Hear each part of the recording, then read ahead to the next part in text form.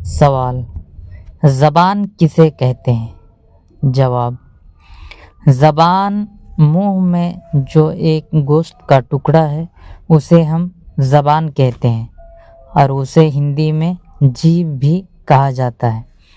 اسی جیبھ کی حرکت سے نکلنے والی بے معنی آوازوں کے مجموعے سے بننے والی بامعنی الفاظ کو جب قواعد میں مربوط کر کے انسان اپنی احساس و فکر اور دل کی باتوں کو بیاں کرتا ہے اور سننے والا سمجھ لیتا ہے، وہی زبان کہلاتا ہے، اسے ہم زبان کہتے ہیں۔ سوال: بولی کسے کہتے ہیں؟ جواب: بے تکلف استعمال کی جانے والی زبان بولی کہلاتی ہے، جو گھروں بازاروں میں استعمال ہوتی ہے۔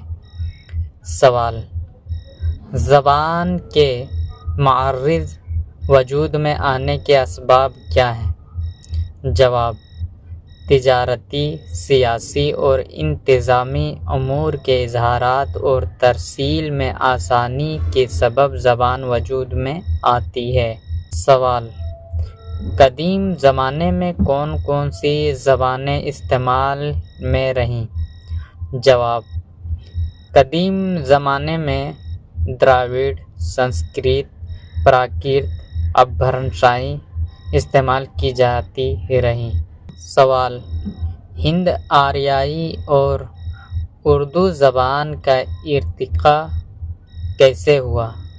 جواب: آریائیوں کی آمد 1000 عیسوی کے بعد زبان میں تبدیلی سے جو نئی زبانیں تشکیل پا رہی تھیں، آگے چل کر جدید زبان آنی اردو بنی، جو 21ویں صدی میں بھی بولی اور استعمال کی جاتی ہے۔ سوال: محاورے میں کتنے لفظوں کا ہونا ضروری ہے؟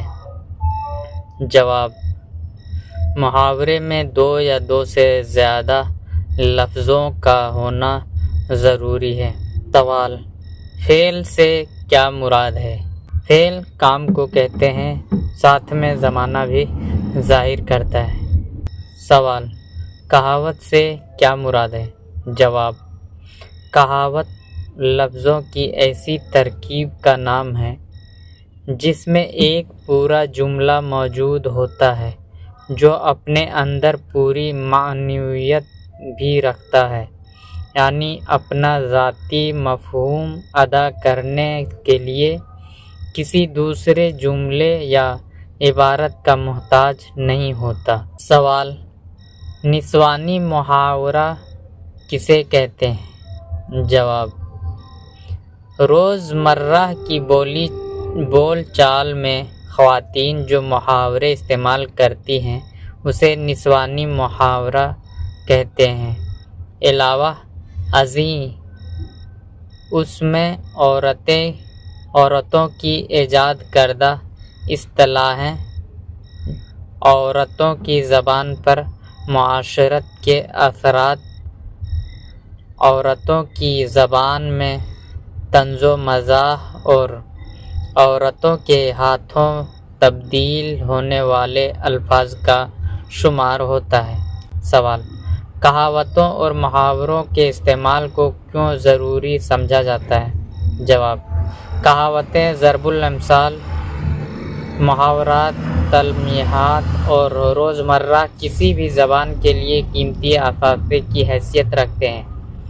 دوران گفتگو ایسے بہت سارے مقامات آتے ہیں جہاں طویل گفتگو یا بحث کے بجائے صرف ایک کہاوت یا ایک محاورہ ہی مطالب و معنی کی توضیح و تشریح اور ابلاغ و افہام کے لیے کافی ہو جاتا ہے۔